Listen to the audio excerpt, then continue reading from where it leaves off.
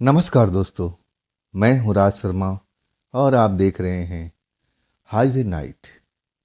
तो चलें दोस्तों, आज की कहानी के सफ़र पर। कहानी जो हमें भेजे हैं उनका नाम है योगेंद्र, दुमका जिला, झारखंड। ये कहानी घटना उनके साथ में बनी थी साल 2003 में। जोगिंदर जवान थे, 24-25 साल की उम्र थी और अपने मामा के घर गए हुए थे रिश्तेदारी में। उसी दिन सुबह में निकले थे और दोपहर तक पहुंच गए थे। जो काम करना था वो तो हो चुका था। मामा का परिवार उनको रोक भी रहा था कि जोगिंदर आज रुक जाओ, नहीं तो तुम्हें घर पहुंचने में लेट हो जाएगी। देखो तुम्हारा जो क्षेत्र है वहाँ पर भूत पिचास बहुत नज़र आते हैं। मामा को पता था, आते जाते रहते थे। तो जोगिंदर जी को अब समझा रहे थे, बतला रहे थे कि जोगिंदर आज रुक जाओ। लेकिन जोगिंदर जी अपनी मामा को बात को नहीं मानते, भूत प्रेत पर यकीन नहीं करते थे। उनको लगता था कि जब मैंने कभी देखा ही नहीं है तो मुझे डरने की आवश्यकता क्या थी। पढ़े लिखे लड़के थे, नई नई उम्र थी, नया नया जोश था। अब कहते हैं कि रहने दो ना मामा जी, आप पुरानी बातें, आप लोग अंधविश्वास में पड़े रहोगे। मैं इन शक्तियों को नहीं मानता, भूत प्रेत को मैं यकीन नहीं करता, तो मुझे तो कोई डर नहीं लगता है। अब मैं चला जाऊंगा ना, आप लोग मेरी चिंता मत करो। पूरा मामा जी का परिवार उनको समझाने लगता है कि नहीं जोगिंदर रुक जा बेटा। लेकिन जोगिंदर एक बार जो अपने मन में ठान लेते थे फिर वो रुकते नहीं थे। लेकिन उनको नहीं पता था कि आज उनके साथ में क्या होने वाला है। अब चले तो आते हैं, बस पकड़ते हैं, और जब रात को अपने बस स्टॉप पर उतरते हैं ना तो रात ज़्यादा हो चुकी थी। रात करीब 10 बजे के आसपास का समय हो चुका था और देहात क्षेत्र था। वहाँ तो सूरज डूबते ही लोग अपने अपने घरों में आ जाते हैं, दरवाज़ा बंद कर लेते हैं। जब तक कोई ज़रूरत ना हो तब तक कोई बाहर निकलता नहीं। उस टाइम में ऐसा ही चलता था, माहौल ऐसा ही था। और आज भी कुछ ऐसे गांव हैं जो देहात क्षेत्र में हैं। जोगिंदर जी बताते हैं कि आज भी लोग अब ऐसे ही करते हैं। सूरज डूबते ही अपने नित्य कर्म करने के बाद में अपने घर में दरवाज़ा आकर के बंद कर लेते हैं और फिर काहे के लिए निकलना, कोई ज़रूरत नहीं पड़ती थी। तो वैसे ही क्षेत्र था वहाँ पर जहाँ पर जोगिंदर जी रहा करते थे। अब जब बस से उतरते हैं ना तो हर तरफ अब उनको अंधेरा, वैसे बिल्कुल सुनसान लगने लगता है। इक्का दुक्का भी लोग रोड पर चलते हुए दिखाई नहीं देते। और जहाँ पर उतरे थे वहाँ से उनको 1.5 किलोमीटर का पैदल का सफ़र था। और जिस गांव में रहते थे ना वो सड़क पर कोई साधन चलता नहीं था, चलता भी था तो दिन के टाइम में, रात के टाइम में कोई मतलब ही नहीं हो सकता था। अब जोगिंदर जी तो उतर तो गए, डर तो नहीं लग रहा था, ना डरते थे, जवान थे, पढ़े लिखे थे, भूत प्रेत को मानते नहीं थे। और अपना जो कंधा पर बैग टांगे हुए अपना मज़े से, चांदनी रात थी, कभी कभी अंधेरा हो जाता था। अंधेरा हो जाता था ना, तब थोड़ा अलग माहौल बन जाता था। लेकिन इन बातों से बेखबर अब जोगिंदर जी अपने गांव के रास्ते पर चलने लगे थे। बस से उतरे उनके 5 मिनट से अधिक टाइम बीत चुका था और तेज तेज कदमों से चलते जा रहे थे। और तभी उनको पीछे से कोई आवाज़ देता है। आवाज़ सुनकर के जोगिंदर जी अब रुक जाते हैं कि भाई हमारे गांव का होगा, ये भी बस से कोई उतरा होगा, चलो साथ में इकट्ठे चलेंगे, बातचीत करते हुए सफ़र भी तय हो जाएगा। ऐसा ही गांव के लोग करते हैं। जब वो शख्स उनके पास पहुंचता है ना तो वो भी जवान दिखता है। जोगिंदर से थोड़ा ज़्यादा उम्र होगी और देखने में अच्छे परिवार का लग रहा था, कपड़े लत्ते उसके अच्छे थे। अब उस जोगिंदर से कहता है कि तुम कहाँ जा रहे हो भाई इतनी रात को। जोगिंदर कहते हैं कि मैं तो अपने गांव जा रहा हूँ, मेरा ये गांव है, लेकिन तुम भी तो जा रहे हो, तुम कौन से गांव के रहने वाले हो। तब वो लड़का कहता है कि हाँ मैं भी गांव पर जा रहा हूँ, लेकिन मैं सोचता हूँ कि इस रास्ते से न जा कर के हम अगले रास्ते से चले। अब उनके गांव की तरफ 2 रास्ता जाता था। एक तो हमेशा वो प्रयोग करते थे और एक रास्ता और था, जब बरसात हो जाती थी ना, यहाँ जो गड्ढा उड्ढा था उसमें पानी भर जाता था तब रास्ता जाने में अब से वो दिक्कत होती थी, परेशानी होती थी। तब वो दूसरा एक रास्ता था, थोड़ा ऊंचे स्थान से गुजरता था, वहाँ पर पानी का कोई असर नहीं होता था। उस रास्ते से वो नौजवान उनको ले जाना चाहता था और एक गांव का नाम भी बताया था जो उनके गांव से थोड़ी ही दूरी पर था। लेकिन वो कहने लगे, भाई अभी तो बरसात हुई नहीं है, रोड तो बिल्कुल साफ है, मैं तो सुबह ही इस रोड से निकल के गया हूँ, तो मैं भला उस रोड से क्यों जाऊँ? वो तो रात में सही भी नहीं होता है, जंगली झाड़ वाला रोड है, वो तो सिर्फ बरसात में हम लोग प्रयोग करते हैं जब पानी इस रोड पर भर जाता है, तो इस वक्त जाने का कोई मतलब ही नहीं हो सकता। मना कर देते जोगिंदर जी। लेकिन वो लड़का उनसे बहस करने लगता है, कहता नहीं, इस रोड पर जाओगे ना तो भूत प्रेत आगे हैं, अब तुम्हें छोड़ेंगे नहीं ना, मुझे भी छोड़ेंगे। लड़का लड़का उनको डराने की कोशिश करता है, लेकिन जोगिंदर जी डरने वाले लड़कों में से नहीं थे, पढ़े लिखे इंसान थे, भूत प्रेत को तो बिल्कुल यकीन नहीं करते थे। कहने लगे, भाई तुझे जाना है तो उस रास्ते से चला जा, मैं तो इसी रास्ते से अपने गांव पर जाऊंगा, मैं भला उस रास्ते से क्यों जाऊं? लड़का वहीं पर खड़ा हो जाता है, जोगिंदर जी चलने लगते हैं। तब वो लड़का कहता है, देख जा तो रहा है लेकिन तू लौट के आएगा, मेरे पास ही लौट के आएगा, मैं इस रास्ते से आगे तो नहीं जाऊंगा, लेकिन तू देखना कुछ ही देर के बाद तेरे साथ में क्या होने वाला है। जोगिंदर जी लगा कि लड़का उनको डराने की कोशिश कर रहा है, मैं डरने वाले में से नहीं हूँ। और वो अपना अब ये बात को सुनते हैं, इस कान से उस कान से निकाल देते हैं कि लड़का अब ये कोई ऐसे ही है, दिमाग का सिरफिरा है, मुझे डराने की कोशिश कर रहा है, और मैं तो इसी रास्ते से आया हूँ दिन में, तो इस रास्ते में क्या दिक्कत, कोई परेशानी मुझे तो नहीं आज तक महसूस हुई। चल देते हैं उस बात को अनसुनी करके। जैसे जैसे आगे बढ़ने लगते हैं ना, जहाँ पर पानी अब रुकता था बरसात के टाइम में, वहाँ पर पानी तो नहीं था, लेकिन वहाँ पर जो देख रहे हैं ना आप, सड़क के नीचे जो गड्ढा होता है, वहाँ पर एक बूढ़ी औरत उनको दिखाई देती है जो गड्ढे में गिरी हुई है। वो जब देख लेती है कि हाँ कोई राहगीर आ रहा है, तब आवाज़ लगाने लगती है, कौन है बेटा, कौन है बेटा, मेरी मदद करो, मेरी मदद करो बेटा, मैं इस गड्ढे में गिर गई हूँ, निकल नहीं पा रही हूँ, तुम मेरी मदद करो बेटा, कोई भी हो, मैं तो देख नहीं पा रही हूँ। जब ये आवाज़ सुनते हैं ना योगिंदर जी, दर्द भरी आवाज़, वो अपने आप को रोक नहीं पाते, कहते हैं ज़रूर कोई संकट में है, मुझे चल के देखना चाहिए। जब उस गड्ढे के पास में आते हैं तो वाकई में जो नज़ारा दिखता है कुछ ऐसा ही होता है। एक बूढ़ी औरत गड्ढे में फंसी हुई थी, गड्ढा सूखा ही था, उसमें कोई पानी वानी नहीं, अभी बरसात का कोई सीजन भी नहीं था, लेकिन इस गड्ढे में कैसे गिर गई?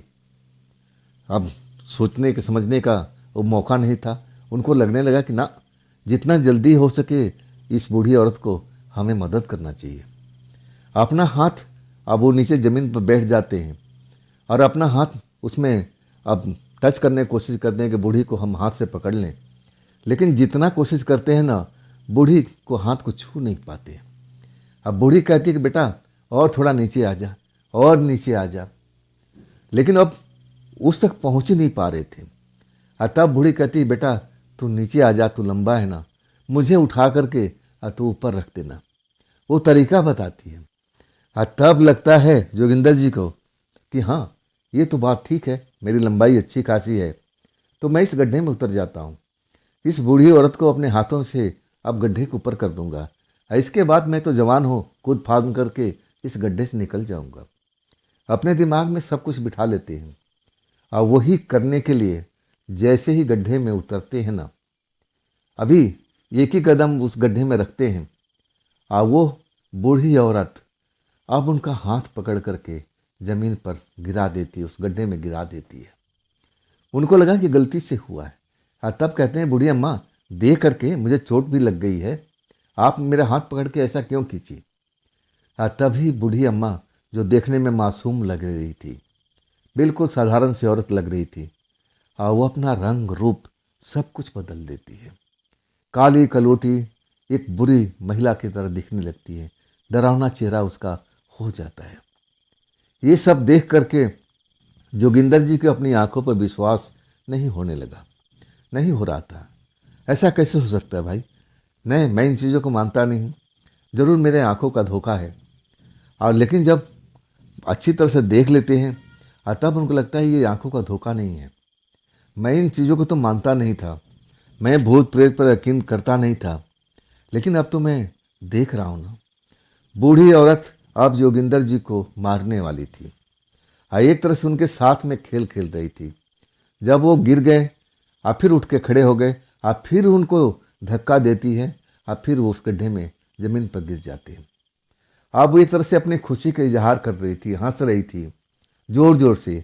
कह रही थी कि देख मेरे जाल में फंस गया ना, आज मैं जी भर कर तेरा मांस को खाऊंगी, मुझे बहुत जोर की भूख लगी हुई है। आप खुशी मनाने लगती हैं। आप लगता है जोगिंदर जी की तो मैं तो फंस गया, अब मैं क्या करूं, मैं क्या करूं। वो लड़का सही कहता था कि देखो आगे मत जाओ। मैं उसकी बात को बिल्कुल नहीं माना। अगर उसकी बात को मान लेता तो आज मेरे साथ में ये हाल नहीं होता ना। आप एक तरह से अपने आप को फंसे पाते हैं उस गड्ढे में। और वो जो बूढ़ी औरत जोर जोर से अपनी खुशी का इजहार कर रही थी, जैसे सब खजाना उसको मिल चुका है, अब उसका पेट भर जाएगा। अब तो जोगिंदर जी सारे कोशिश कर रहे थे, जब भी उठने की कोशिश करते उठने ही नहीं देती, जमीन पर दबा देती थी। आखिरकार जोगिंदर जी को लगने लगा कि अब तो मैं बच नहीं पाऊंगा।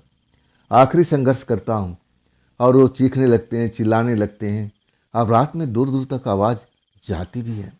उनको लगा कि मेरी आवाज़ को ज़रूर कोई सुनेगा जो आसपास में होगा, शायद मेरी मदद मुझे मिल जाए, कोई लोग आ जाए और तब हम बच सकते हैं, मैं बच सकता हूँ। अपना दिमाग लगाने लगे। लेकिन जब चीखने लगे, चिल्लाने लगे, तो जो बूढ़ी औरत थी ना और ज़ोर ज़ोर से हंसने लगी। कहने लगी कि जितना तू अभी चिल्लाना है चीख ले, कोई मदद को नहीं आएगा। इस रात में इस रोड पर बड़ी मुश्किल से लोग गुजरते हैं। मैं तो कई दिन से टोह में थी कि कोई शिकार फंस जाए, कोई शिकार फंस जाए, लेकिन कोई आता नहीं था। कोई अकेले तेरे जैसे कोई पहुंचता ही नहीं था। जो भी आते थे झुंड में आते थे। अब एक तरह से मैं काफ़ी दिनों से भूखी हूँ, लेकिन आज मैं जी भर करके भोजन करूँगी। जोगेंद्र जी अब लग चुका था कि अब तो बच नहीं पाएंगे। अब मैं क्या करूँ, अब मैं क्या करूँ। हाँ, तभी एक अब कोई उनको आवाज़ देता है। उस गड्ढे के ऊपर देखते हैं ना रोड साइड में, तो वही लड़का उनको खड़ा हुआ दिखाई देता है। और जोगिंदर को कहता है कि मैंने तुम्हें समझाया था ना, तो मेरी बात को इग्नोर करके चला गया, टाल दिया, जैसे मैं कोई पागल हूं ना। तूने तो यही समझा होगा ना। लेकिन मैं पागल नहीं था। मैं तुम्हें अक्ल दे रहा था कि देखो इस रास्ते में मुसीबत है। मैं तुम्हें मुसीबत से बचाना चाहता था, लेकिन तुम मेरी बात को माना नहीं ना। अब सजा भुगत रहा है ना, अब क्यों चिल्ला रहा है, अब किसकी मदद को आवाज़ दे रहा है। पड़ा रहा इस गड्ढे में, ये बूढ़ी औरत तुम्हारी भोजन कर जाएगी। अच्छा है ना, तुम तो किसी बात को मानते नहीं हो ना। अब जोगिंदर जी को लगा कि अरे इतनी जल्दी ये लड़का यहाँ पर कैसे आ गया, क्या मेरे पीछे पीछे आ रहा था। उनको यही लगा। तब कहने लगते भैया आप मेरी जान बचा लो, भैया मेरी जान बचा लो। अब वो जो नौजवान लड़का था अभी भी खड़ा देख रहा था। आई जब इनके और उस नौजवान में बातचीत हो रही थी ना, तो बूढ़ी औरत जो खुशी का इजहार कर रही थी वो शांत हो गई थी। अपनी बड़ी बड़ी आंखों से कभी जोगिंदर जी को घूर रही थी और कभी उस लड़के को। डर गई थी। देखने में ऐसा लग रहा था कि ये क्या हुआ, ये लड़का कहाँ से आ गया। इसलिए शांत हो गई थी। जो उछल कूद रही थी, खुशी मना रही थी कि अब तो मुझे भोजन मिलेगा, अब तो मैं जी भर के भोजन करूंगी। लेकिन जैसे ही लड़का वो गड्ढे के पास में आता है ना, वो बिल्कुल शांत हो जाती है। जोगिंदर जी उस लड़के से मदद मांगते हैं, भैया मुझसे गलती हो गई, मुझे अब आपकी बात माननी चाहिए, अब मेरी मदद करो। देखो ये तो कोई भूतनी है, चुड़ैल है, मैं इन शक्तियों को कभी मानता नहीं था, लेकिन आज मैं पहली बार देखा हूँ। अब मुझे बहुत पछतावा हो रहा है कि मुझे आपकी बात को मान लेना चाहिए था। और तब लड़का कहता है ठीक है, अभी भी तुम्हें अकल तो आ गई। अब इसके बाद खुद उस गड्ढे में कूद जाता है। जैसे कूदता है ना, वो जो बूढ़ी चुड़ैल थी वो उस गड्ढे से उछल जाती है, जैसे कोई हवा का झोंका उसको उठा करके दूर फेंक देता है। गड्ढे में लड़का था, उस लड़के ने अपने हाथ बढ़ा करके जोगिंदर जी को जो जमीन पर पड़े हुए थे उठाता है और फिर उस गड्ढे से बाहर निकाल देता है। इसके बाद कहता है कि देखो अब तुम इधर उधर मत भटकना, तुम तो मेरी बात को नहीं माने थे ना, नतीजा देख लिया ना, लेकिन आप सीधे अपने घर पर निकल जाना।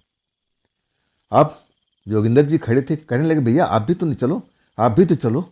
डरे हुए थे, उनको लग रहा था कि अभी खतरा टला नहीं है। लेकिन लड़का कहता है कि नहीं, मेरी सीमा रेखा यहीं तक है, इससे आगे मैं जा नहीं सकता, मैं यहीं तक रहता हूँ। अब मैं तो तुम्हारी जान बचाने की कोशिश कर रहा था, मुझे मालूम था कि आगे तुम पर संकट आने वाला है, इसलिए मैं तुम्हारी मदद कर रहा था। मैं भी एक प्रेतात्मा हूँ, लेकिन मैं कोई बुरी आत्मा नहीं हूँ। मैं लोगों का हमेशा मदद करता हूँ, मैं मदद में ही खुशी को महसूस करता हूँ। और ये जो प्रेतात्मा तुम्हें पकड़ी थी, ये एक भूखी हुई और ऐसे ही है, ये तुम्हें भोजन करना चाहती थी। अब जैसे ही जोगिंदर जी वो उसको समझ रहे थे कि ये तो नॉर्मल इंसान है, लेकिन वो भी एक प्रेतात्मा था, लेकिन एक भला प्रेतात्मा, उस जैसे नहीं जो औरत उनको धोखे से गड्ढे में गिरा लिया था और उनका भोजन करने वाली थी। आखिरकार लड़का समझाता है कि जाओ आप निकल जाओ, आगे अब खतरा नहीं है, लेकिन ऐसी गलती दोबारा मत करना। जब तुम्हें तुम्हें कोई सुझाव देना तो उस सुझाव पर विचार करना, इग्नोर मत करना। अब इसके बाद जोगिंदर जी वहाँ से दौड़ लगाते हैं, सीधा दौड़ लगाते हुए अपने घर पहुँच जाते हैं। घर पर जा कर के गिर जाते हैं। अब इतना वो सब अपने आंखों से देख रखे थे, डर लगता है। जब घर पहुंच जाते हैं तो लगता है कि अब तो मैं बच के आ गया हूं। और इसके बाद जब गिरते हैं ना तो उठते नहीं हैं।